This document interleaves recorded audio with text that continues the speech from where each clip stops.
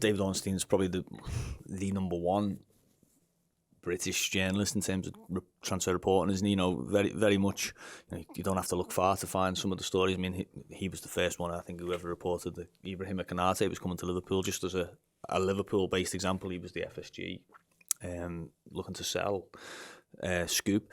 So, of course, when he posts, and it's going to cause ripples, and I'm sure. Listen, I don't know him, but I'm sure there's no flyer taken, as they call it in the industry. Sorry for using jargon, but I don't think he's taken a flyer on it. But I don't also think it's sort of, even the way it was packaged, I don't think it was sort of a cut and dried sort of, final sort of answer, if you want to call it that.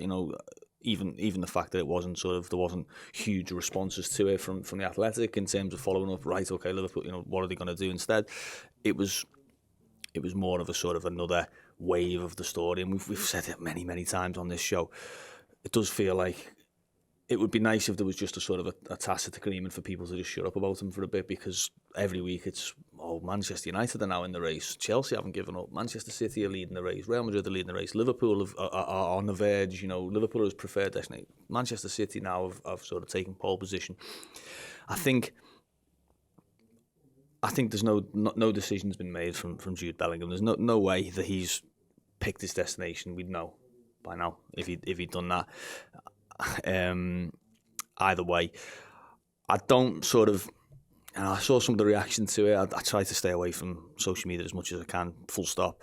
But I saw some of the reaction that was sort of a bit like, well, surely it's not a new development to Liverpool to find out he's going to cost quite a lot of money, and there's a few other clubs who are interested. So I don't necessarily see that.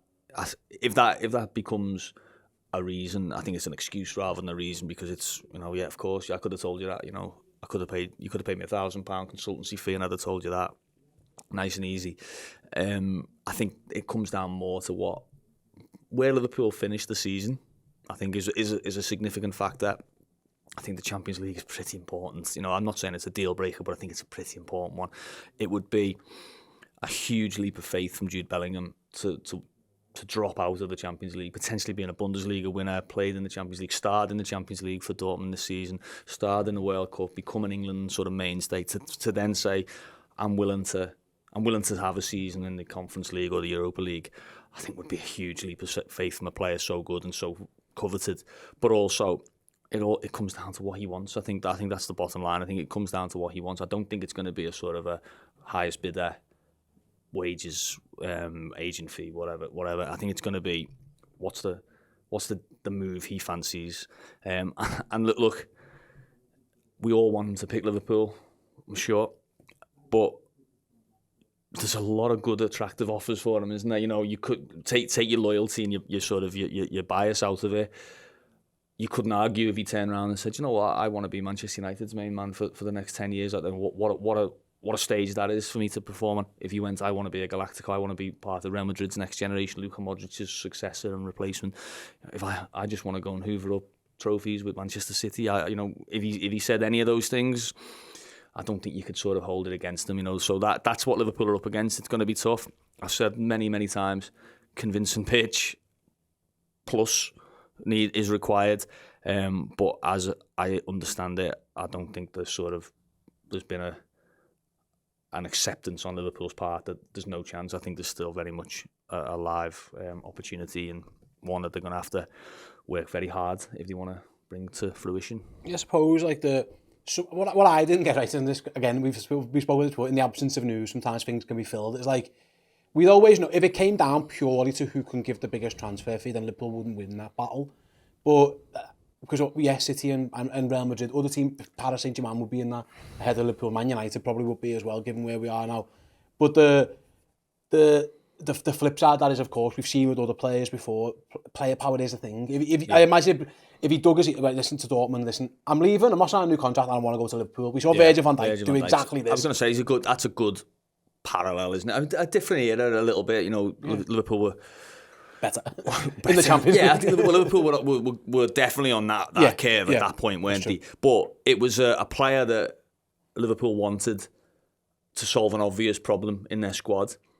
It was a player that I still think a lot of people might sort of retrospectively deny it, but I think a lot of people thought that's a lot of money for Virgil van Dijk from a Southampton player. Obviously, Dortmund are a level above that, or a couple of levels above that, where they're at. But it was one of them that was like, you know, I actually think there was probably a few Liverpool fans who, if Liverpool had come out and said, we're not paying 75 million for Virgil van Dijk, we're going to buy Aymeric Laporte for 50. I think a lot of Liverpool fans would say, yeah, fair enough. You know, I think that's not a bad shout. You know, but Liverpool didn't. They said no, we want to, and all the work around that deal to start with was around convincing the player to come to Liverpool. It wasn't about. I mean, they got it wrong, didn't they? As in they got out. They enjoyed that part before they'd done the other part, which was convincing Southampton, you know, to sell for whatever price. So I think they won't make that mistake again for the start. And I think that they'll be right. You know, when we've said, obviously, Liverpool haven't dampened expectations throughout this saga. They also haven't really, you know, no one's saying from Liverpool, oh, he's really leaning towards Liverpool, or he really fancies coming to us. You know, we're leading the race. We've won the sort of battle here. You know, there's no sort of jinxing of it, if you like, in that sense.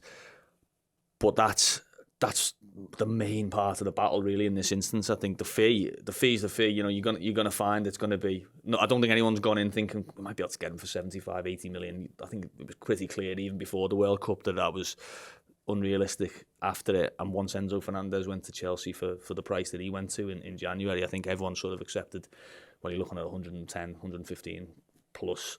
So that's that. I don't know where he's going to end up, is the bottom line, isn't it? You know, you've had times in the saga where you've looked and thought, Liverpool have got a decent chance, or, you know, the noise seems to be heading Liverpool's way. But you've had, Real Madrid have had them on the front of their, basically their, you know, very close-tied newspaper. Manchester City are obviously, there was an ESPN story recently, wasn't it, that they believe they've got a good chance of getting them. There was a story in the Telegraph recently about Manchester United. So there's a lot of twists and turns to come, but obviously, in an international week, when a story like this drops, I think the reaction and the sort of response to it is amplified even more. Not a bad position for him to be in, is it?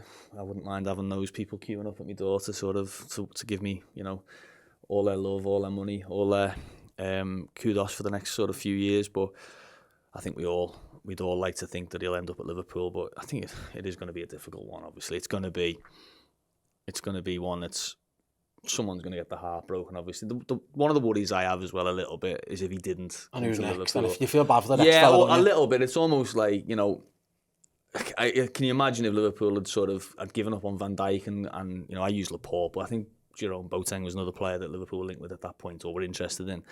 And you sort of think if he turned up and didn't sort of immediately just smash it out the park, it'd be like, it's Mario Balotelli when you wanted Alexis Sanchez. Yeah, or Ricky Lambert, you know, like, you know, sort of fighting a losing battle from the word go. But you'd hope that wouldn't be the case, you know, that, you know, whoever it would be, if it was Mason Mount or Mateus Nunes or whoever, like, that they sort of come with a little bit of a resentment almost of you know, you're not Jude. But, you know, that's what Liverpool have got to deal with. They've painted themselves into a bit of a difficult corner because they've put themselves, you know, from there to there, haven't they, in the space of sort of 8-9 months. But, you know, they've got to get it right this summer. And also, they've shown in the past, they have shown that when you don't, you know, they don't always get the one that they want. Mario Goetze, you know, there was left backs that they wanted before they got Andy Robertson. So it can turn out nice in the end, of course. But yeah, I think this would be a tough one for all the teams that miss out on him. But I think especially Liverpool, because obviously I think he'd be such an instant game changer for Liverpool. You know, in terms of he's not just a massive upgrade. He's a problem solver as well, isn't he? And potentially a figurehead of the team going forward. So I think it would probably hurt them even more than anyone else if they were to miss out. But at the same time, the flip side of that is, you know, the joy that you might get if you can get it done. I suppose there's ways you can miss out as well. And I think this was what the response was like, listen, if he just says, I'm going to Real Madrid because I want to play for Real Madrid, or City or United, but Liverpool wear him, a bit like Schumann, like it sounds. You begrudgingly accept. You go, fair enough. If you just haven't put all the groundwork in to go, oh, you know what, it's got a bit rich for my blood. That's where I think quite rightly that a lot of people be asking us serious questions about everybody going, hang on a minute, we didn't do this deal, that deal because we wanted this lad, obviously, and now it's come to crunch time where you've got to put your wallet on the table, basically, and you pull out. I think that would be the frustration if that happened. It doesn't feel like that. Yeah. It just feels like,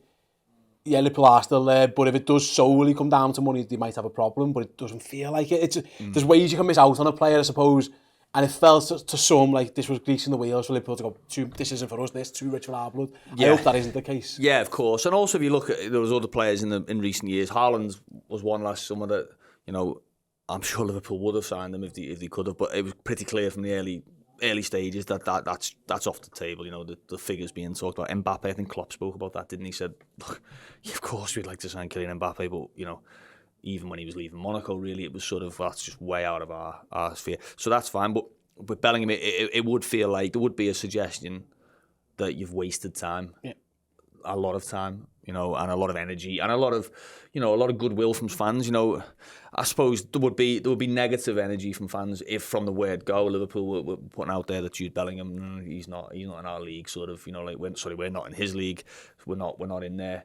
But for it to get to the stage where, you know, people are believing it's realistic, thinking it's realistic, you know, if it appearing to be realistic, to then go to the start, we never had the chance, did we? We never had the chance with Man City and Real Madrid in the race. You know, I don't think that would wash. I think that would rightly lead to some criticism. Even, you know, the manager's been speaking about him. The manager's been asked about him, and, you know, talked without doing what he did with Mbappe, didn't he? You know, he killed that story pretty much, didn't he? You know, albeit in a nice way. You know, yeah, of course, yeah, Kylian's a fan of ours. We love him. I think he's a great player, but no, of course he's not coming. He's never done that with Bellingham, has he? You know, he's never sort of made that point of, oh yeah, good luck to him. He's going sort of higher than us, or he's going sort of more money than us. So yeah, of course, I think there'll be a lot of hand wringing from supporters, and understandably so if Liverpool don't get this deal done.